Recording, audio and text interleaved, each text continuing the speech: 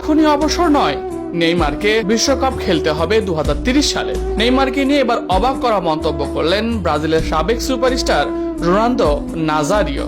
নেইমারকে নিয়ে কি বললেন তিনি, তাই এই নিয়ে বিস্তারিত জানতে হলে ভিডিওটি না টেনে সম্পূর্ণ দেখুন।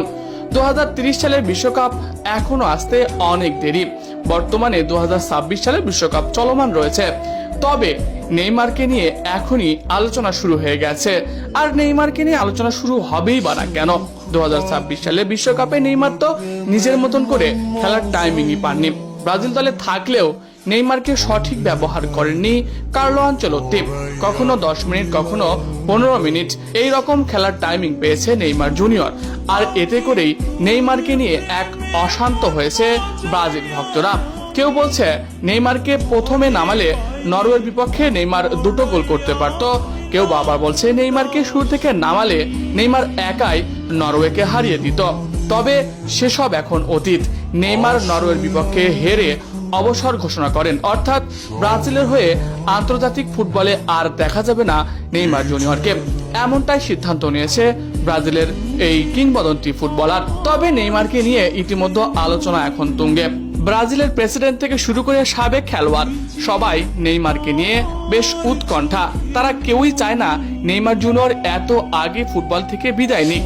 সবাই চায় নেইমার যেন 2030 সালের বিশ্বকাপটা খেলে। আর এই পালে হাওয়া দিলেন ব্রাজিলের সাবেক superstar Ronaldo Nazario. Ronaldo Nazario নেইমারকে নিয়ে বলেন, নেইমারের সাথে যেটা হয়েছে এটা সত্যি কষ্টদায়ক। ব্রাজিলের ইতিহাসে সবচেয়ে বেশি গোল স্কোরার তিনি, তার ওপর কেউ আর নেই। এমনকি অ্যাসিস্টেও তার ধারে কাছে নেই কোনো ফুটবলার। অথচ তাকেই কিনা ব্রাজিল দলে আমরা অতিরিক্ত খেলোয়াড় হিসেবে নামালাম।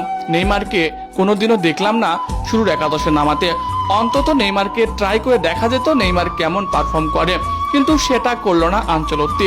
আনচেলত্তির ওপর আমার দারুণ একটা বিশ্বাস ছিল যে নেইমারকে তিনি মেন অস্ত্র বানাবেন।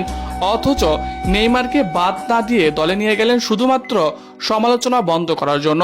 নেইমার এমন একজন ফুটবলার যাকে রেখে গেলে আনচেলত্তি সমালোচনার মুখে পড়তো, তাই সমালোচনা থেকে বাঁচতে নেইমারকে ব্যবহার করেছে কার্লো আনচেলত্তি। আর নেইমারের সাথে যেটা করেছে সেটা তো জঘন্য একটা ঘটনা।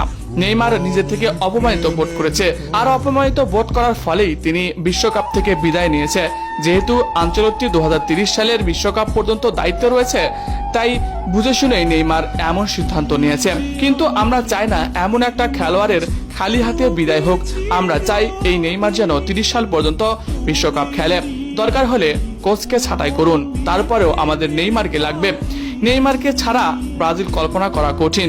এমনকি নেইমারকে ছাড়া ব্রাজিল এখন পর্যন্ত সংগঠিত একটা ফুটবল দল হয়ে ওঠেনি। তাই আগামী 4 বছর নেইমার দলের সঙ্গে থাকলে নেইমার অনেক খেলোয়াড়দের গাইড দিতে পারবে এবং নেইমারের অভিজ্ঞতা সবার মাঝে বিলিয়ে দিতে পারবে। আর 4 বছর পরে ব্রাজিল দল একটা সংগঠিত ফুটবল দল পেলে তখন নেইমারের বয়সও অধিক হয়ে যাবে। তাই সবকিছু বিবেচনা করে নেইমারকে আসন্ন 4 বছরের জন্য 30 সালে আমরা দেখতে চাই। যে কোনো কিছু বিনিময় হলেও আমরা নেইমারকে চাই। এছাড়া আনচেলত্তিকে নিয়ে তিনি বলেন, আনচেলত্তি এখন পর্যন্ত কোনো আহামরি পারফরমেন্স দেখায়নি, অথচ ব্রাজিল দল বারবার ডুবেছে। আর হতাশার পরেও আনচেলত্তির বেতন বাড়িয়ে যাচ্ছে সিবিএফ। আমি জানি না কিভাবে এমনটা হলো, আসলে এটা সিবিএফ এর ভেতরের বিষয়। তবে যাই হোক না কেন, আমরা নেইমারকে 30 সাল পর্যন্ত ব্রাজিল দলে দেখতে চাই। তার যোগ্য সম্মানটুকু আমরা তাকে দিতে চাই। প্রিয় দর্শক, রোনালদো নাজারিওর সাথে আপনি কি একমত?